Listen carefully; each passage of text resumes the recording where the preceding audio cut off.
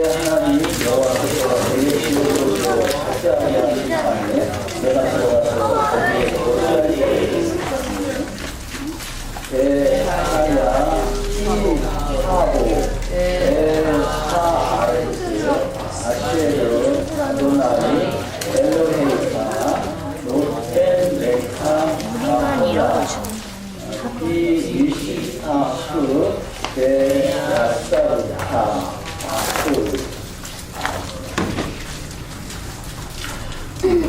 거룩한 샤바시에 예배에 오신 한 분 한 분을 진심으로 환영하고 축복합니다. 하나님의 크신 은총이 오늘도 함께 하시는 복된 여정이 다 되시기를 주의 이름으로 축원합니다.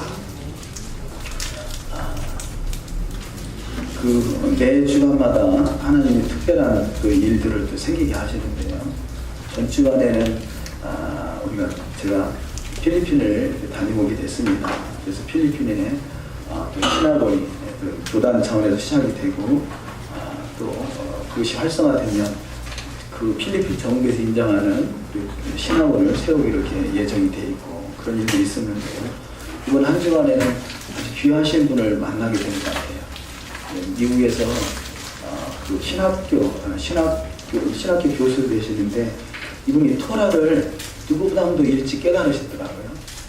그래서 그 신학교 교수 강의를 하시면서 지금 한국 학생들이 한 500명 정도를 그분이 예비학을 전공하셨는데 메시아닉 주를 통해서 예비학을 배우신 거예요. 그런데 토라 포션에 대해서 토라 포션이나 이 토라 회복에 대해서 절실하게 깨닫고 그런 사역을 해오시는데요.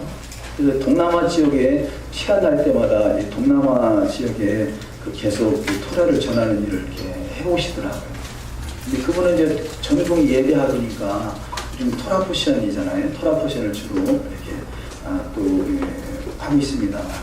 그래서 교회가 토라 포션으로 예배드리는 것이 너무 중요한데 교회들이 너무 깜깜해서 안타깝다고 그러셔서 저는 그분이 동남아 지역의 이제 신학교들 특별히 이제 한국 선교사들이 가서 이제 개척하고 세우고 하는 그런 신학교들을 연결시켜주기로 하셔서요.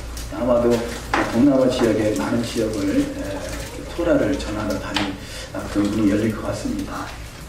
그래서 뭐 베트남이나 미얀마, 이쪽 동남아 지역, 인도네시아, 동남아 지역에는 거의 연결이 되는 것 같더라고요.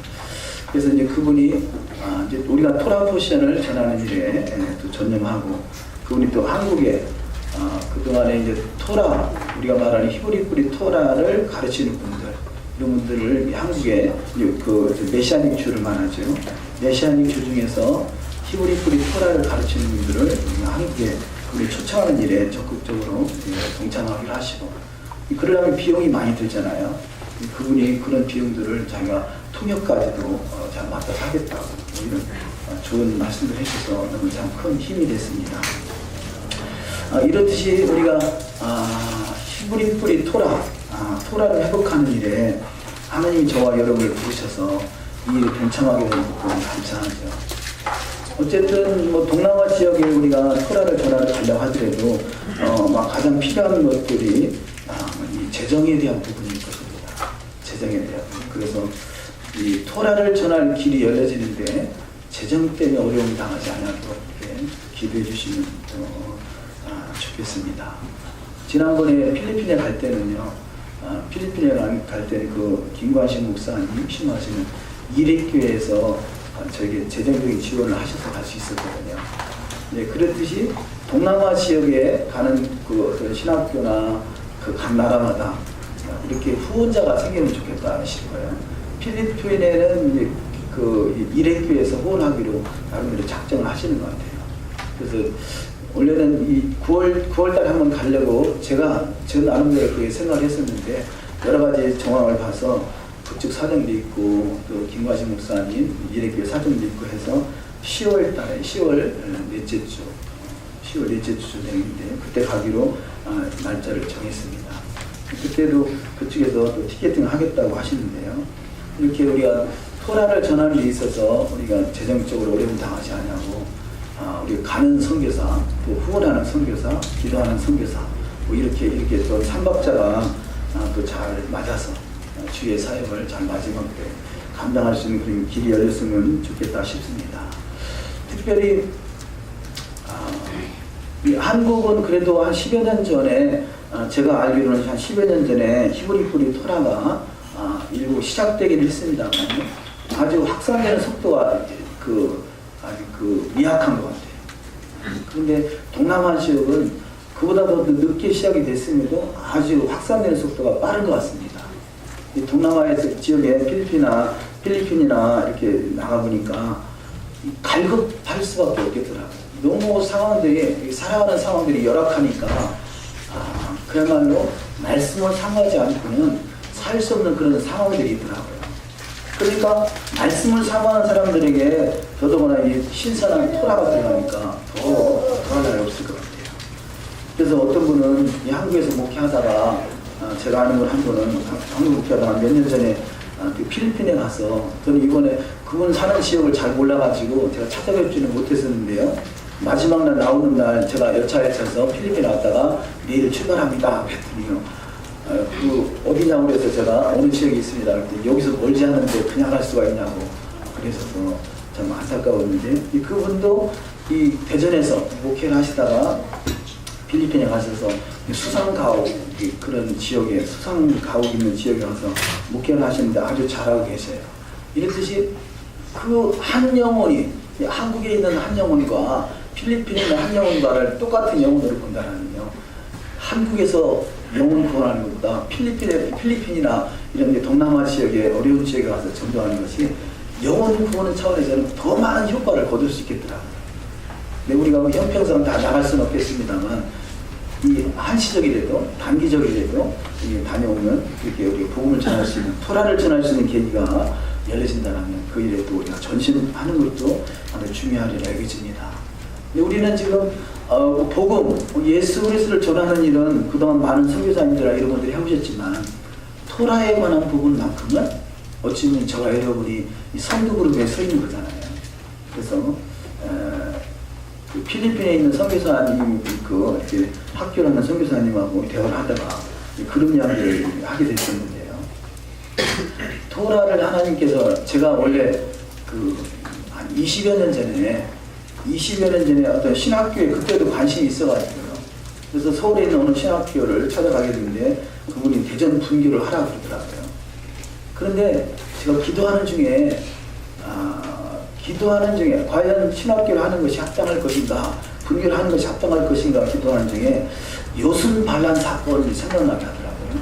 그래서 마음의 감동이 요순 반란 사건. 이것과 신학교 어떤 관계가 관련이 있는가.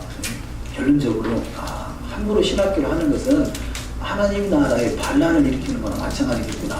그 생각이 들더라고요. 왜냐하면 섣불리 그냥 신학생들 양성해가지고 목사 안수 주고 해서 파송하면 거기서 그 반대 잘못된 파장들이 엄청난 하나님 나라를 대적하는 일이 될 수 있더라는 거죠. 그래서 화들짝 놀라서 그때는 두말하지 않고 신학교를 대전 분교를 만든 것을 적었었는데요. 토라를 발견하고 나서는 이것은 물을 것도 없이 이것은 필연적으로 해야 될 일이라 그런 확신을 가지고 달려들게 됐던 것이죠. 그래서 우리가 가는 길이 진리의 길이고 그 확신을 갖는다면 당연히 가야 할 길인데요. 그래서 필리핀 선교사님한테 대화 중에 그런 말을 했죠. 제가 이런 이야기 하면서 토라를 발견하고 나서는요. 제가 토라를 말하지 않으면 직무유기에 걸릴 것 같습니다. 직무유기. 하나님이 깨닫게 하셨는데 깨닫게 하신 것은 곧 결국 나팔수가 되라고 깨닫게 하신 거잖아요. 나팔수가 되라고 깨닫게 하신 건데 나팔수가 되지 못한다라면 그야말로 나만 깨닫고 내 입을 딱 봉하고 있다면 하나님께 직무유기 그런 하나님 앞에 책망을 받을 것 같은 그런 마음이 들어서 이렇게 어디든지 언제든지 어느 곳이든지 필요한 곳이라면 토라를 말할 수 있는 곳이라면 어디든지 가겠습니다라는 심정으로 필리핀에 오게 됐습니다. 이렇게 말씀을 드렸는데요. 혹시라도 저와 여러분이 토라를 깨닫게 하신 하나님 앞에 직무유기에 걸리지 않을까 그 생각도 해보시고 더욱더 열심을 내셔서 열심히 하셔서 주님을 감동시킬 수 있는 저와 여러분이 되길 소망합니다. 기도 제목으로 잠깐 또 말씀을 드릴 거예요. 오늘의 토라 포션이 키타보 들어가서.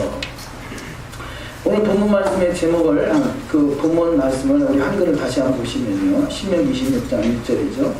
내 하나님 여호와께서 내게 기업으로 주어 차지하게 하실 땅에 내가 들어가서 거기 거주할 때.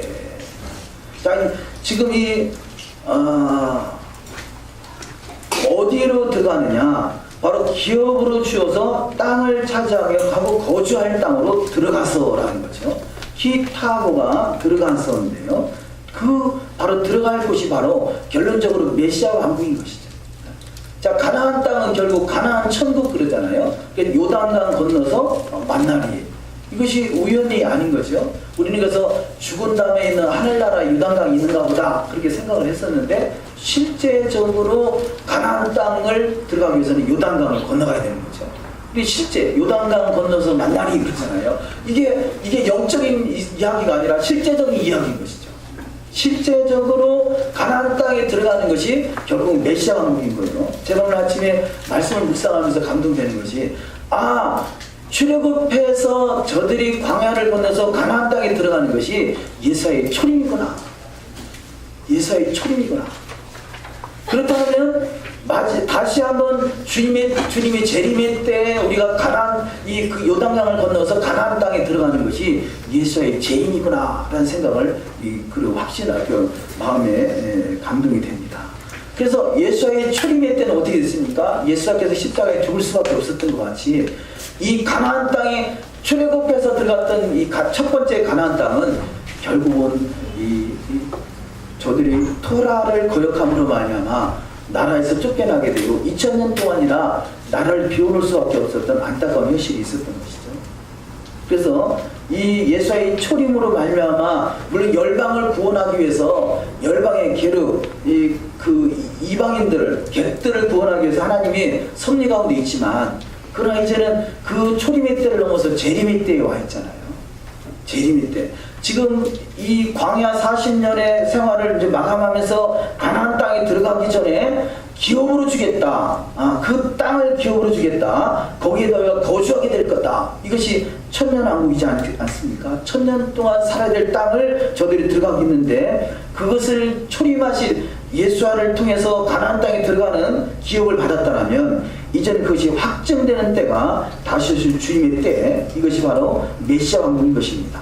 다시 말해서 신명기 26장 1절은 메시아 왕국을 잘 설명하고 있는 것이죠. 이것이 영적인 천국이 아니라 친히 내게 기업으로 줄 땅이고 너희가 차지할 땅이고 그곳에 거주할 땅이라는 것이죠. 그래서 바로 기업으로 주어서 거주할 땅, 그것이 바로 메시아 왕국이고 그것이 바로 애국강에서부터 유브라데 강까지라는 것. 이것을 우리가 확정적으로 붙드는 것. 그래서 정체성이죠. 정체성. 우리의 신앙의 정체성이 뭐냐? 아브라함의 기업이 회복되는 것이거든요. 아브라함에게 창세기 15장에서 아브라함이 여호와를 믿었다고 그러잖아요.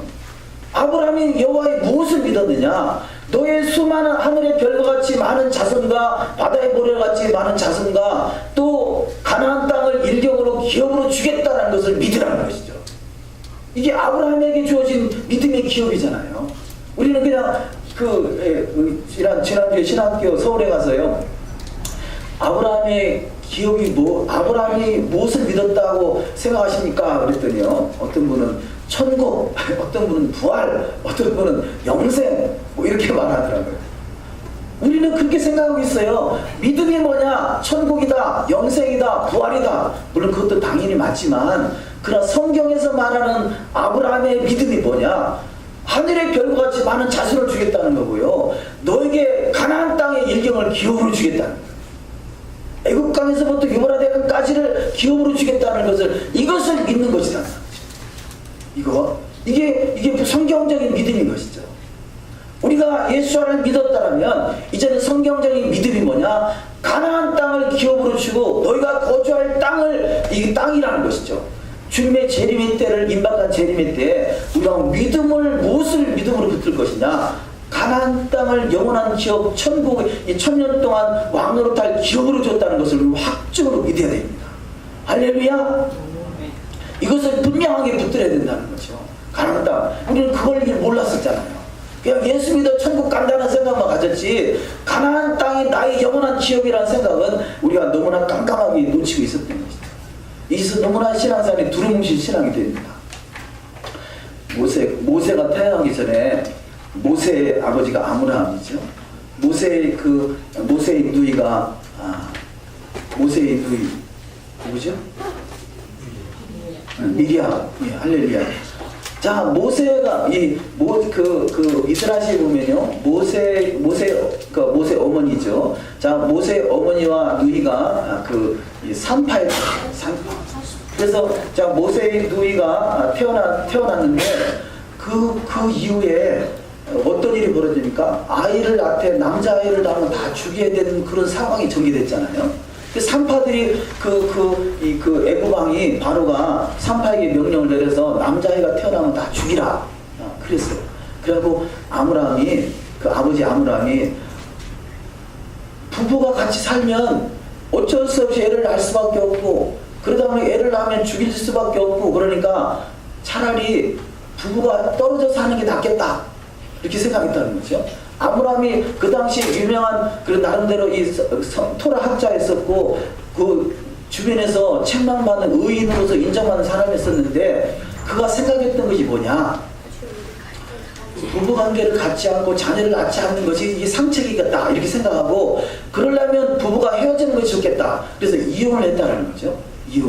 그래서 이혼에 떨어져 사니까 자, 아므람이라는 사람은 그래도 의인으로 인정받는 사람이 그렇게 하니까 너도 나도 자식을 낳아서 죽이는 것보다 차라리 같이 안 사는 게 낫겠다 해서 서로 막 이혼하는 그런 일들이 벌어졌다는 거죠. 그런데 어린 미리암이 아버지를 찾아가 가지고 뭐라고 하냐면 아버지, 바로는 자식을 낳고 아들을 낳으면 아들을 죽이라고 하는데 그래서 자식을 다 죽이는 게 아니잖아요. 딸은 살리고 그래도 아들은 죽이라는 그런 거잖아요. 물론 산파들이 아들을 죽이진 않았었지만 어쨌든 바로 왕이 아들을 죽이라 하는데 아버지는 아들을 죽이는 정도가 아니라 아예 자식을 안 낳는 사람이다. 그렇다면 누가 더 나쁜 사람이냐? 이 미리암이 그런 거예요. 아버지한테 찾아와서 아므람한테 자식을 낳으면 그 자식 중에서 아들을 죽이라고 하는 바로가 더 나쁜 사람이냐? 아예 자식을 안 낳겠다고 하는 그 아버지가 나쁜 사람이냐? 성경적으로 볼 때 누가 더 나쁘냐 하는 거죠. 누가 더 나쁘냐? 하나님의 뜻은 생육하고 번성하고 충만하라고 했잖아요. 모든 생명의 주권이 아버지께 있는데 하나님께 있는데 바로는 이 자식 중에서 아들을 죽이라 하지만 아버지는 아예 자식을 안 낳겠다고 하는 것은 성경적으로 볼 때 아버지가 더 나쁘다 그렇게 미리암이 지적을 하는 거예요. 그래서 이 아므람이 아버지가 깨닫구나. 그렇구나. 모든 생명은 모든 주권은 하나님께 있는데 내가 인간적인 생각으로 자식을 안 낳겠다고 이게 부부가 헤어져 살고 이혼하고 하는 것 이게 더 나쁜 하나님의 의도에서 더 하나님의 의도를 벗어난 생각이 되겠다고 싶어서 화들짝 놀라가지고 다시 부부가 회복하고 이것을 다시 그래서 결혼식을 성대하게 모든 사람 앞에 다 보이게 왜냐 다른 사람들이 의인인 아므람이 이게 헤어져 살으니까 자식이 안 나니까 그것을 다시 화합해서 자식을 낳겠다는 의도를 모든 사람 앞에 다시 보이기 위해서 성대하게 결혼식을 다시 거행했다는 거죠. 하나님의 뜻은요 아브라함에게 주어진 하나님의 뜻이 뭐예요? 첫 번째가 하늘의 별과 같이 바다의 모래같이 많은 자손을 주겠다는 거죠. 제가 통계를 보니까요 대한민국이 전 세계에서 대한민국이 자식을 낳는 그런데 자식이 낳지 않은 감소되는 수치가 전 세계에서 최고 1등이래요. 자식이 줄어드는 숫자가 지금 감소되는 숫자가 1등이라는 거죠. 왜 자식들 안 낳습니까? 나름대로 이유가 있겠죠. 그러니까 동남아 쪽에 가니까 필리핀에 가니까요 자식이 너무 많은 거예요. 너무 많다. 그것도 성경적이 아니에요. 자식이 하나님이 주신 대로 낳는 거예요. 거기서는 낙태가 없으니까요. 그래서 자식이 많은데 어디가 더 성경적이냐는 거죠. 크리스찬을 많은 한국에 자식이 없는 것이 성경적이냐? 거기는 낙태를 하지 않고 하나님 주시는 대로 다 생명을 낳는 것이 성경적이라는 거죠. 성경적인 것은 생육하고 번성하고 충만하고 하늘의 별같이 많게 하셨다는 거죠. 지금 날 수 없는 상황이라면 어쩔 수 없겠지만요, 이 젊은 사람들은 가능하면 하나님 주시는 대로 다 낳아야 돼요. 이게 성경적인 것이고요. 또 뭐 자식을 낳을 수 없으면 내가 자식을 낳을 수 없으면 영혼 구원하는 것이 자식이라고 그러잖아요. 근데 영적인 자식이라고 그러잖아요. 내가 육적인 자식이 없거나 더욱더 누군가를 전도해서 영혼 구원에, 그래서 영적인 자식을 만들어서 생육하고 번성하고 충만한 일에 주님 앞에 인정받을 수 있는 복된 신앙이 다 되시기를 주의 이름으로 축원합니다. 어찌 보면요, 저는 지금 상황에서는 자식을 낳을 수 없는 상황이잖아요. 그래서 어떻게 보면 영적인 자식이라도 낳고 싶은 거예요. 어떻게 해서 한 영혼이라도 옳은 데를 인도하고 싶은 것이죠. 그래서 가는 선교사, 또 뭐 기도하는 선교사, 후원하는 선교사, 다 이것이 하나님 일에 동참하는 일이잖아요. 우리가 이 일에 우리가 뭐 육체적으로 날 수 있으면 나으면 좋겠고요. 그것이 어렵다면 영적으로도 더욱더 많은 자손들을 알 수 있는 저와 여러분, 이것이 바로 영원한 기업의 상속자의 조건이잖아요. 생육하고 번성하고 충만하는 것이 하나님의 의도고, 가나안 땅을 일격으로 준 것이 하나님의 의도고, 이것이 너희가 들어가서 해야 할 일이라는 것이죠. 키타보, 그러면 이 들어가서가, 내가 들어가서, 이 단어가 키타보인데, 키타보는 그 히브리어 수치로 439라는 수치를 가지고 있습니다. 키타보를 숫자를 계산하면 439인데요. 이 439와 같은 수치를 가지고 있는 단어가 저지난주에 토라 포션 쇼프팀입니다. 쇼프팀은 재판장이잖아요. 재판장, 쇼프팀, 재판장, 재판하는 사람, 뭐 제사장, 재판장, 뭐 신부, 같은 의미로 사용됩니다만, 누가 그 가나안 땅에 들어가느냐? 재판장들이 들어간다는 거죠. 누가 첫째 부활에 참여하느냐? 예수의 증거, 하나님의 말씀을 인해 목배임을 당한 자들, 이들이 바로 재판장인 거죠. 왕같은 제사장인 것이죠. 왕같은 제사장.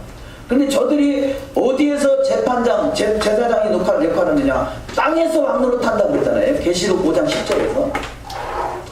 어제 그 목포에 있는 우리가 잘 아는 이정화 자매가 전화가 왔더라고요.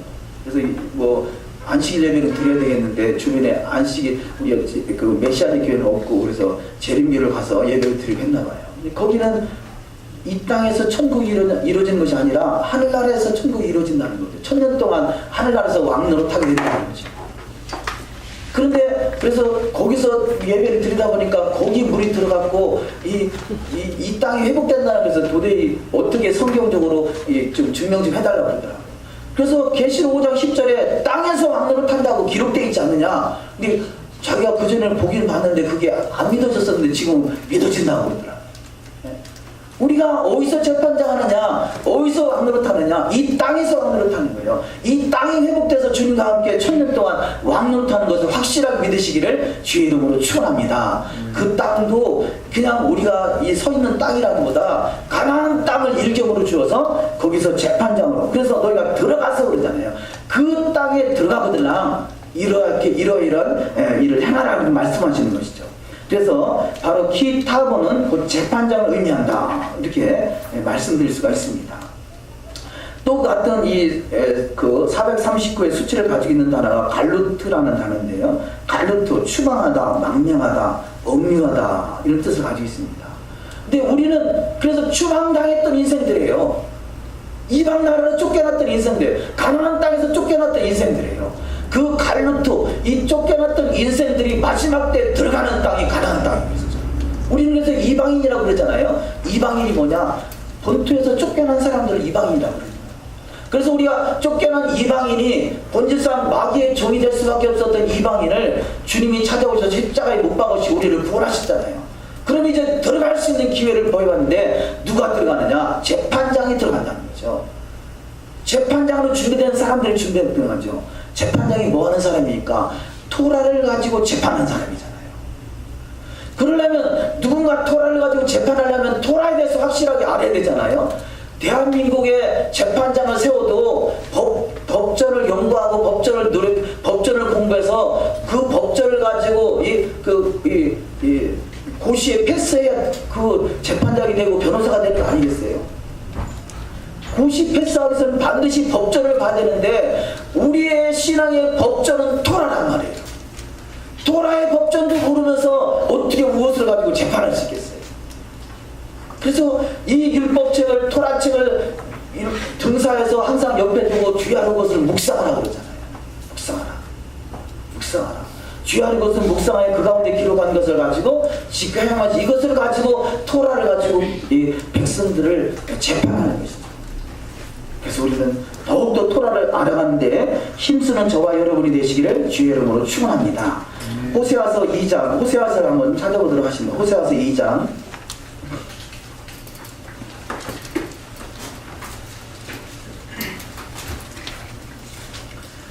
호세아서 1258페이지, 1258, 호세아서 2장 23절 하고 있습니다. 내가 나를 위하여 저를 이 땅에 심고 긍휼히 여김을 받지 못하였던 자를 긍휼히 여기며 내 백성은 아니었던 자에게 향하여 이르기를 너는 내 백성이라 하리니 저희는 이르기를 주는 내 하나님이시라 하리라. 아멘. 자, 내 백성 아니었던 자를 내 백성으로 삼는 것이 긍휼인 것이죠. 우리는 긍휼을 입었다고 그러잖아요.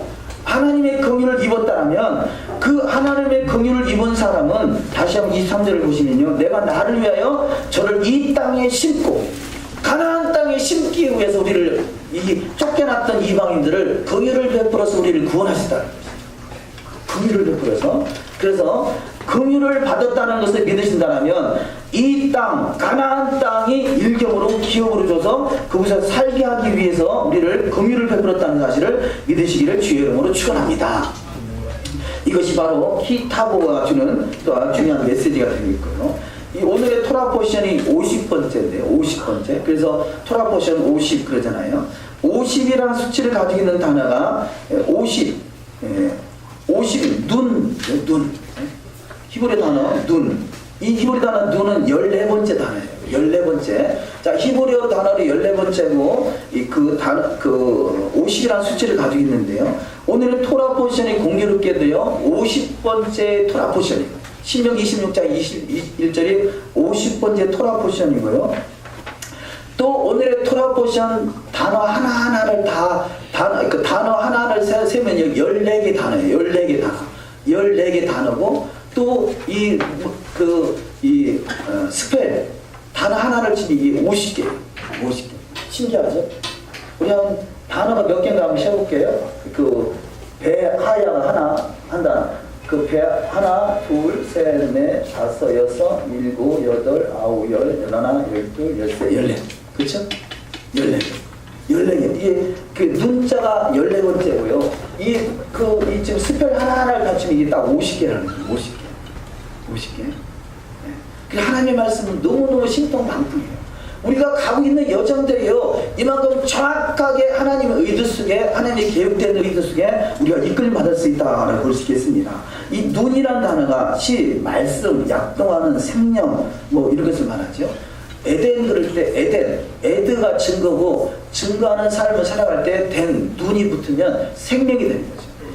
우리 누가 에덴으로 통하느냐? 증거하는 자의 삶을 살아갈 때 에덴. 그래서 그 눈이라는 단어가 바로 시, 말씀, 약동하는 생명을 말하는데요.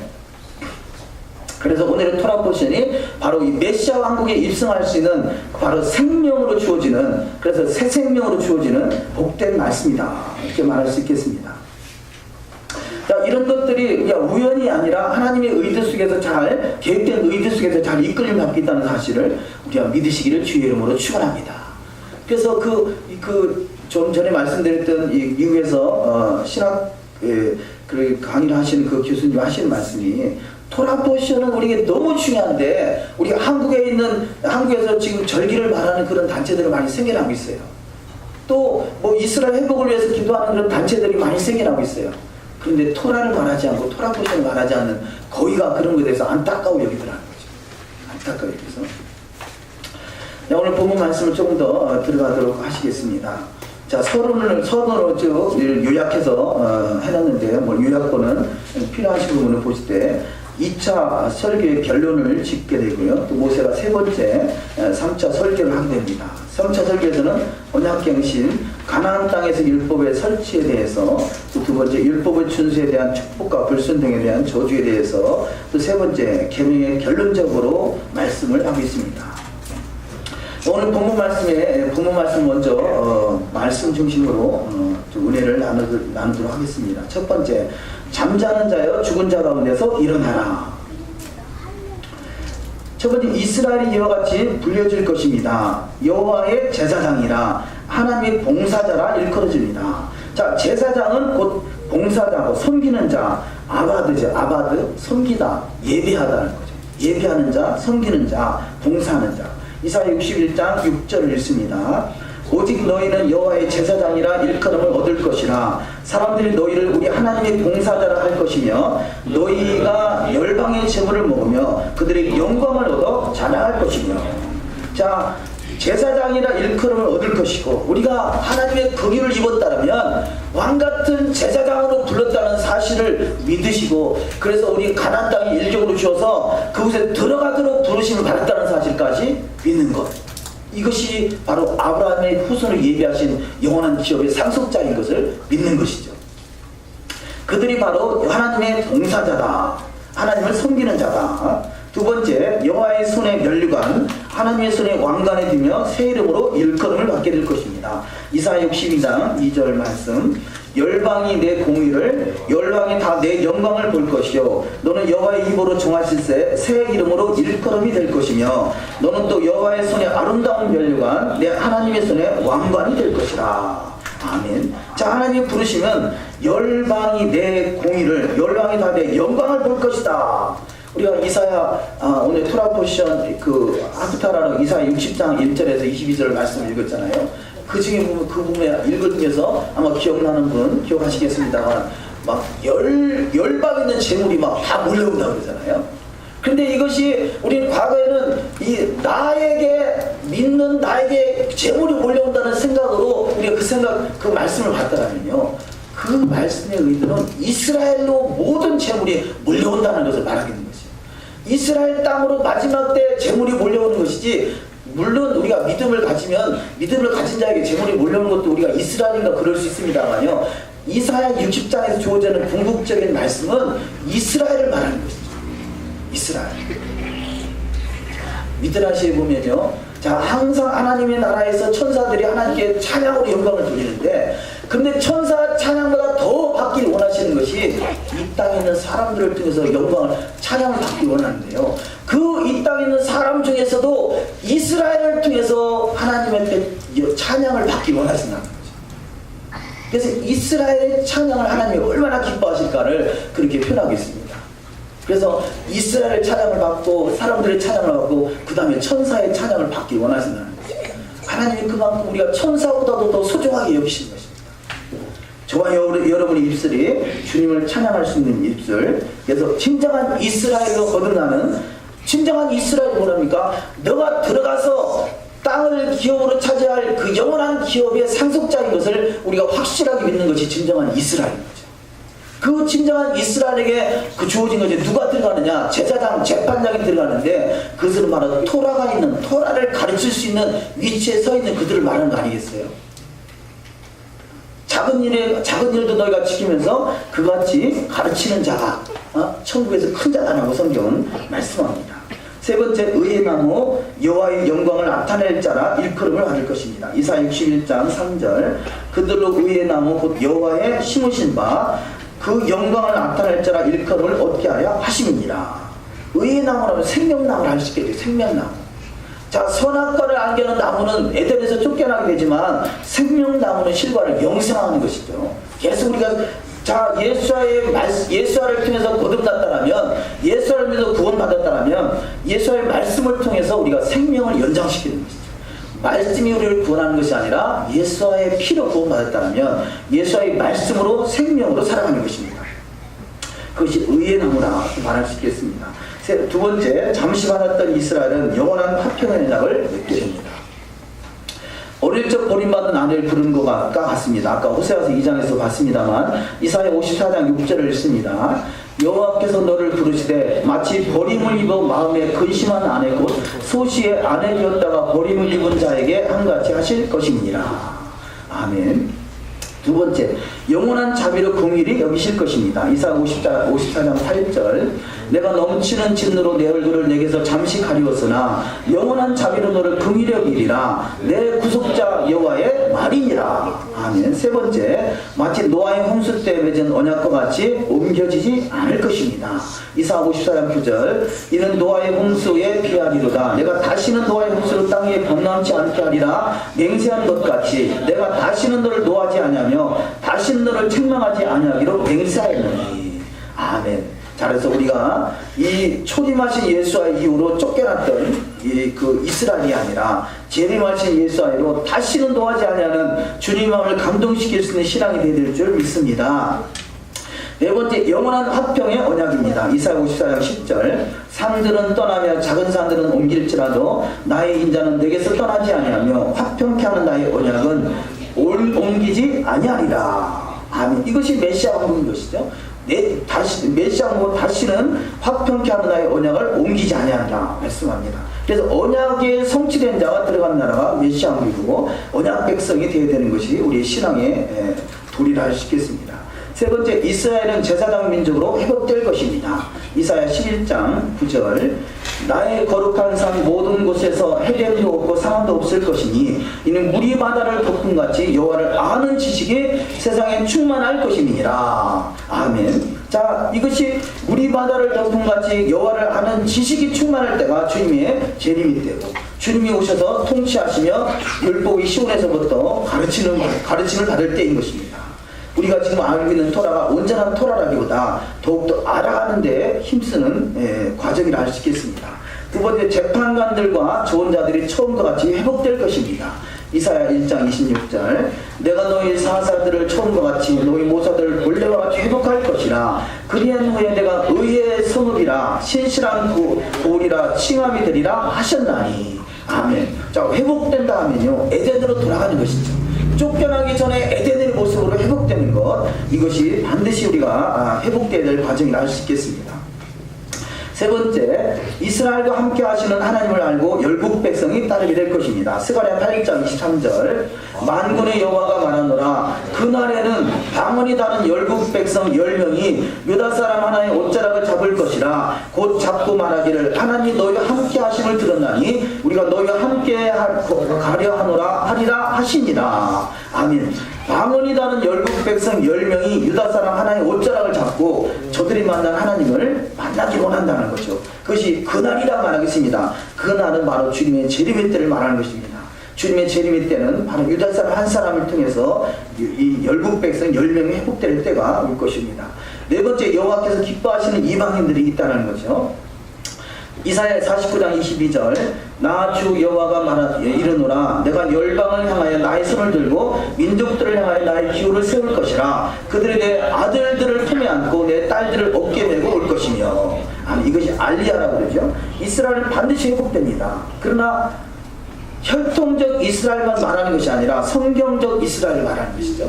성경적 이스라엘은 반드시 토라가 있어야 됩니다. 물론 당연히 예수화가 있어야 되고요. 예수와 토라, 또 성전이 회복되어야 되겠죠. 두 번째, 여호와의 안식일과 언약을 지키는 이방인들을 기쁘게 해주십니다. 이사야 56장 6절 또 나 여호와가 여호와에게 연합하여 섬기며 나의 여호와 이름을 사랑하며 나의 종이 되며 안식일을 지켜 더럽히지 아니하며 나의 언약을 굳게 지키는 이방인마다 내가 그를 나의 성산으로 인도하여 기도하는 내 집에서 그들을 기쁘게 할 것이라. 아멘. 안식일을 지키는 이방인, 이것이 언약을 굳게 지키는 이방인이라는 거죠. 토라는 언약입니다.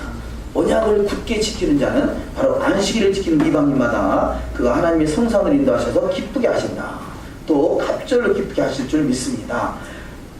이 모든 일들은 여호와의 정한 때에 속히 이루어질 것입니다. 예수와의 빛을 이스라엘과 온 열방에 비추고 계심으로 깨어나 일어날 때가 바로 이때라 할 수 있겠습니다. 에베소서 5장 14절 이하 말씀 그러므로 이르기를 잠자는 자여 깨어서 죽은 자들 가운데서 일어나라. 그리스도께서 내게 비치시리라 하셨느니라. 이 묵시는 정한 때가 있나니 그 종말이 속히 이르겠고 결코 거짓되지 아니하리라. 비록 더딜지라도 기다리라. 지체되지 않고 정령 응하리라. 아멘. 주님의 재림의 때가 임박한 때에 속히 이루어지는 역사가 있을 줄 믿습니다.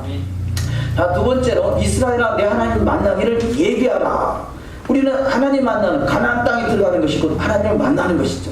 우리가 영적으로 체험할 수 있지만 그것이 전부가 아니라 실제적으로 이루어지는 때가 바로 가나안 땅을 기업으로 차지할 때인 것입니다. 첫 번째, 율법에 기록된 대로 행하여 여호와 이름을 기념하는 자가 될 것입니다. 여호수아 8장 32절, 여호수아가 거기서 모세의 기록한 율법을 이스라엘 자손 목전에서 그 돌에 기록하매. 아멘. 우리가 보통 지금은 머리가 돌이라 기억이 안 된다고 그러잖아요. 근데 돌에 새겨놓으면 영원히 지우지 않습니다. 우리가 지금 저희가 메시아님 교회가 필연적으로 해야 할 일이 탈필인인데요. 기록하는 것이죠. 기록하는 것이죠. 머리에 기록하고 가슴에 기록하고 장부에 기록해서 지워지지 않는 토라가 되어야 될 것입니다. 두 번째, 제단을 쌓는 것, 여호와 이름을 기념하는 곳에 임재하십니다. 출애굽기 20장 24절, 내게 토단을 쌓고 그 위에 너희 양과 소로 너희 번제와 화목제를 드리라. 내가 무릇 내 이름을 기념하는 곳에서 내게 강림하여 복을 주시리라. 자, 율법을 기록하고 주님의 이름을 기념하는 것, 또 여호와를 미워하는 자는 말씀과 명령을 거부하는 자입니다. 신명기 27장 8절, 너는 이 율법의 모든 말씀을 그 돌들에 명백히 기록하라 말씀하죠. 새기는 것입니다. 즉 여호와의 말씀을 기록하며 영원히 남기셨습니다. 말씀은 영원합니다. 이사야 30장 8절, 이제 가서 내 백성 앞에서 서판에 기록하며 책에 써서 후세에 영원히 있게 하라. 아멘. 왜 토라를 영원히 기록하라고 했어요? 중간에 취소될 것 같으면 뭐하러 영원히 기록하고 기념하게 하시겠습니까? 말씀은 영원한 것이죠. 두 번째, 말씀을 밝히 깨달을 때 진정한 회개가 이루어집니다. 느헤미야 8장 8절, 하나님의 율법책을 낭독하고 그 뜻을 해석하여 백성으로 그 낭독하는 것을 다 깨닫게 하니 백성이 율법의 말씀을 듣고 다 우는지라. 모든 백성이 곧 가서 먹고 마시며 나누어 주고 크게 즐거워하였으니 이는 그 읽어 들린 말을 밝히 알미니라. 아멘. 자, 읽어 들린 말이 밝히 아는 것, 끊임없이 저도 어제 오늘 새벽까지도 계속 댓글을 달고 댓글 논쟁이 있었는데요. 뭐 안식일은 폐했다, 토라는 폐했다, 끊임없이 말하는 사람도 있다는 거죠.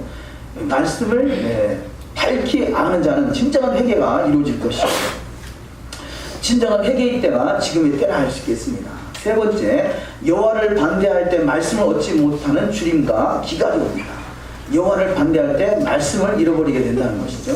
아모스서 8장 5절 이하 말씀, 너희가 이르기를 월삭이 언제나 지나서 우리가 곡식을 팔게 하며 안식일이 언제나 지나서 우리로 미를 내게 할고 주 여호와께서 가라사대 보라 날이 이를지라 내가 기근을 땅에 보내리니 양식이 없어 주림이 아니요 물이 없어 가람이 아니요 여호와의 말씀을 듣지 못한 기갈이라.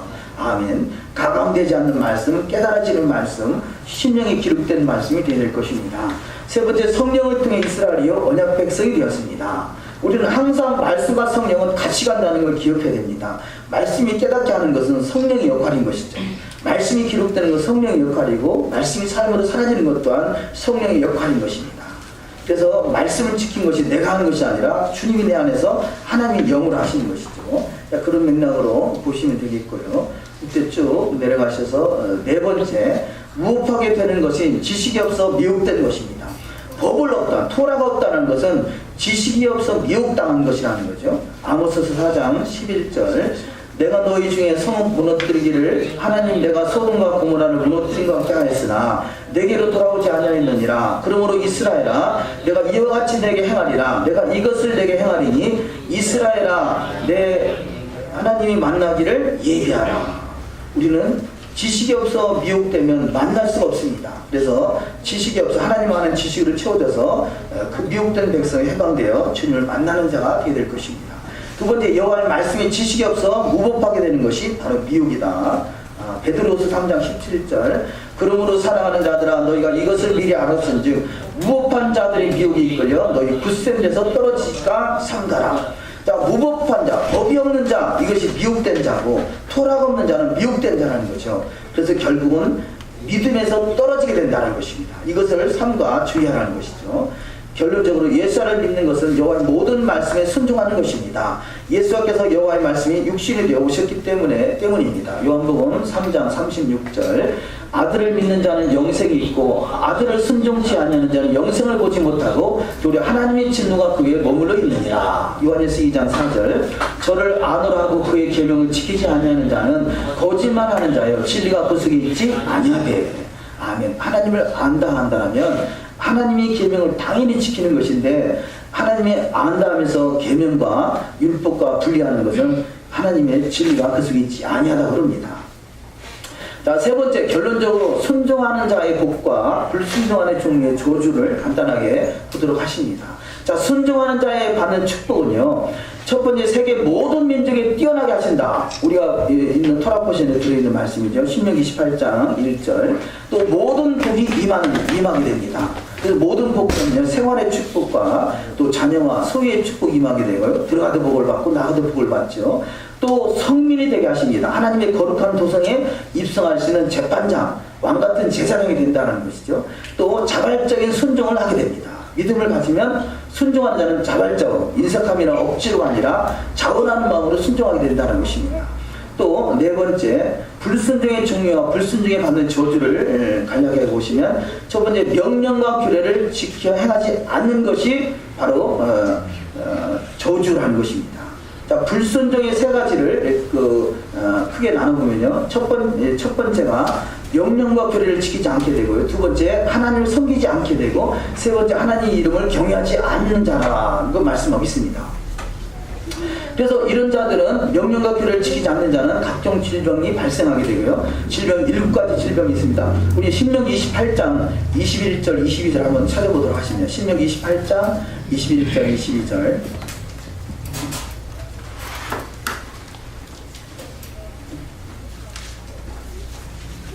(21절) (22절) 어떤 질병이 임하는가? 21절 22절 다 같이 읽습니다.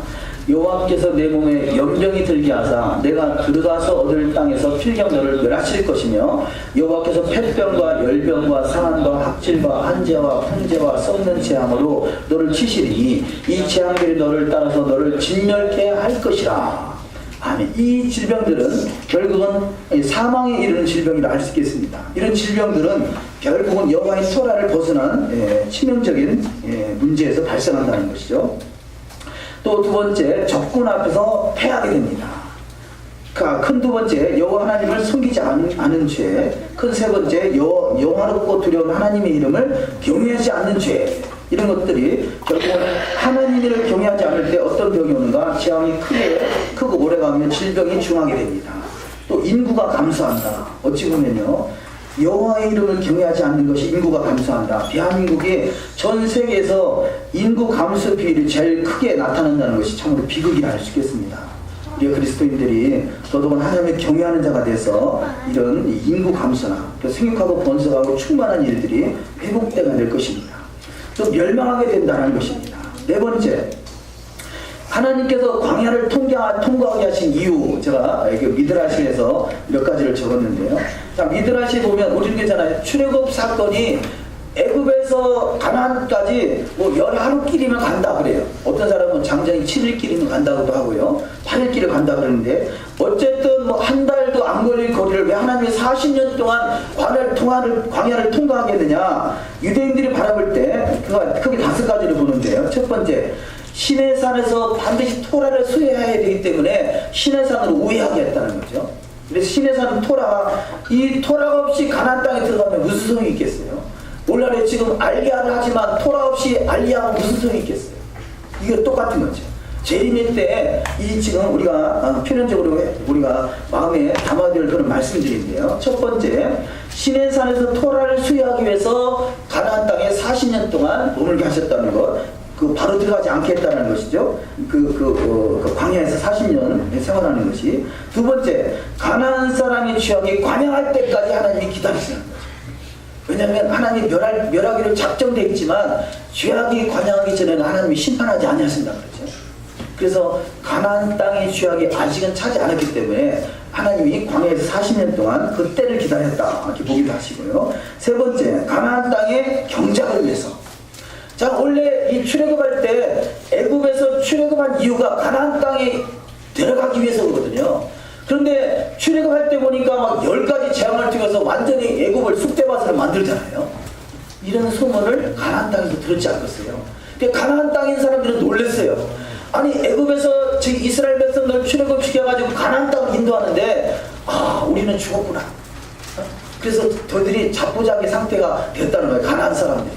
그래서 거기 있던 농사나 이런 걸 다 그냥 불로 태워버리고 어차피 우리 망할 건데 남주는이 차라리 없애버린다고 막 불 질러버리고 다 파괴시켜버렸다는 거죠.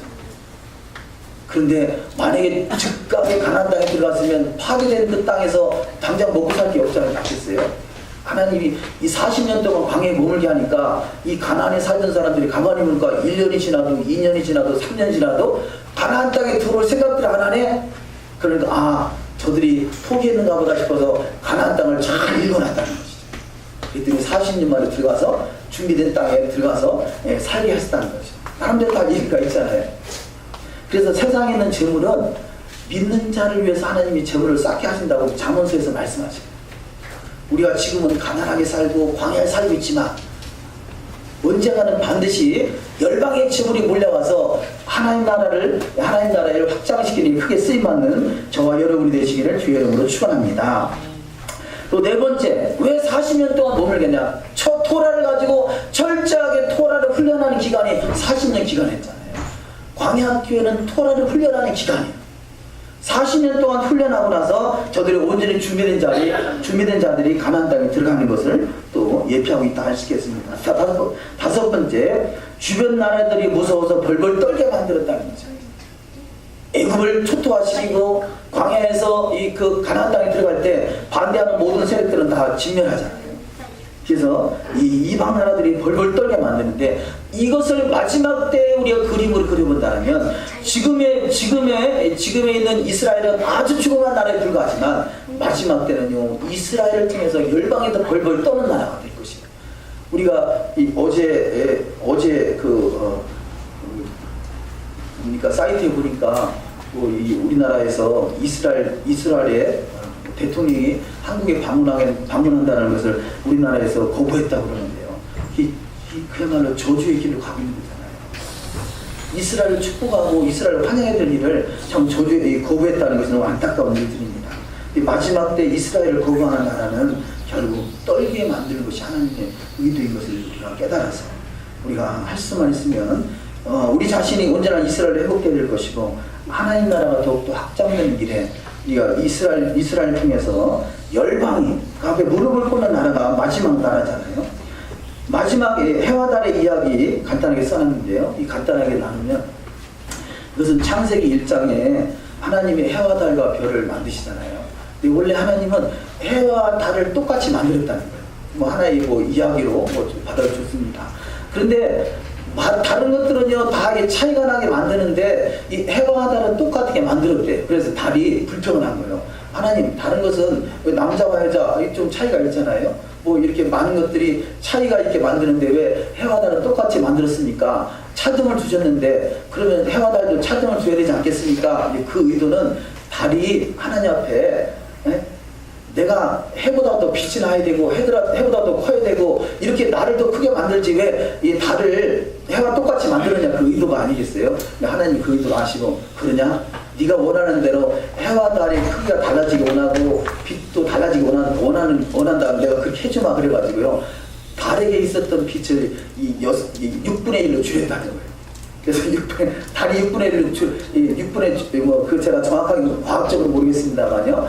해보다 달이 6분의 1로 줄어들고요. 크기도 줄어들고 여러 가지 그 차이점이 나게 만들었다는 거죠. 근데 마지막 때는요.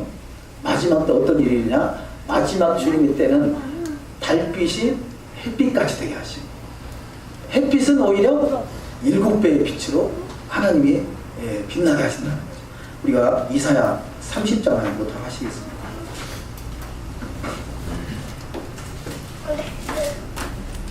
이사야 30장 26절. 이사야 30장 26절을 다 같이 한번 합독하십니다. 여호와께서 그 백성의 상처를 싸매심에 그들의 맞은 자리를 고치시는 날에는 달빛은 햇빛 같겠고 햇빛은 7배가 되어 일곱 날의 빛과 같으리라. 아멘. 달빛은 원래 햇빛 같았는데 저들의 불평함으로 말미암아 햇빛이 달빛으로 줄어들어 버렸어요. 근데 마지막 때 주님의 때는 이것이 회복된다라고 그랬어요. 우리가 불평하고 원망하면요, 지금 가고 있는 길이 가나안과 광야 같은 그런 인생이라 할지라도 불평하면 줄어들어요. 하나님은 내가 줄어들 수밖에 없습니다. 그런데 햇빛은요, 햇빛은 7배로 하나님이 더욱더 빛이 나게 한다는 거죠. 7배. 그런데 이 7배의 빛은 일곱 날의 빛과 같으리라. 뭐냐? 주님의 빛이, 달빛과 햇빛이 빛이 없어지는 건 아니지만 주님이 다시 오실 때는 그때는 달빛과 햇빛이 비침이 쓸데없는 나라가 되잖아요. 그만큼 빛이 난다는 거죠. 자, 그냥 가만히 있었던 햇빛은 온전히 7배의 빛을 발할 수 있었다면 원망하고 불평했던 이 달빛은 그 빛이 사라질 수밖에 없었던 거죠. 하나님께서 저와 여러분을 부르실 때 부르심에 분명한 목적이 있지만 그것이 불평하고 원망하면 결국은 부르심이 자꾸 사라질 수밖에 없다는 거죠.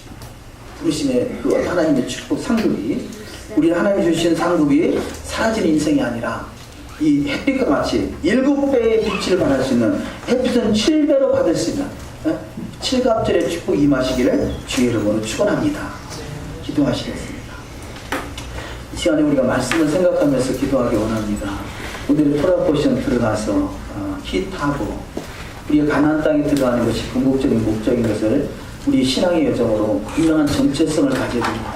이것이 아브라함의 믿음이고 이 광야에서의 40년의 여정을 걸었던 사람들의 믿음인 것을 발견하고, 또 저들이 2000년 동안 나라 없이 서름을 겪었지만 그러나 저들이 다시 회복돼서 이 가나안 땅 일경으로 기업을 해서 1000년 동안 왕노릇하는 것, 우리가 그곳에 하나님의 접붙임을 받아서 특별한 긍휼을 베푸신 그 은혜 속에 은혜 위에 은혜를 더할 수 있게 소망합니다. 항상 기뻐하고 쉬지 말고 기도하고 범사에 감사하는 것, 이것이 하나님의 뜻인 것을 깨달아서 우리가 가는 여정 속에서 때로는 불평할 일, 원망한 일이 생길 수 있지만 그러나 우리가 현실을 바라고 불평하고 원망하는 인생이 아니라 믿음으로 감사하며 믿음으로 기뻐하며 믿음으로 가나안 일경을 기업으로 바라볼 수 있는 믿음의 사람들로 이 시간은 아브라함이 준 영원한 기업, 그래서 햇빛은 7배의 아버지의 빛을 발할 수 있는 그런 빛의 여정으로 달려갈 수 있도록 하나님 축복하여 주시옵소서. 오늘 말씀들이 하나하나 깨달아진 말씀들이 온전히 내 안에 이루어지길 소망해서 합심해서 통성으로 기도합니다. 아버지 하나님,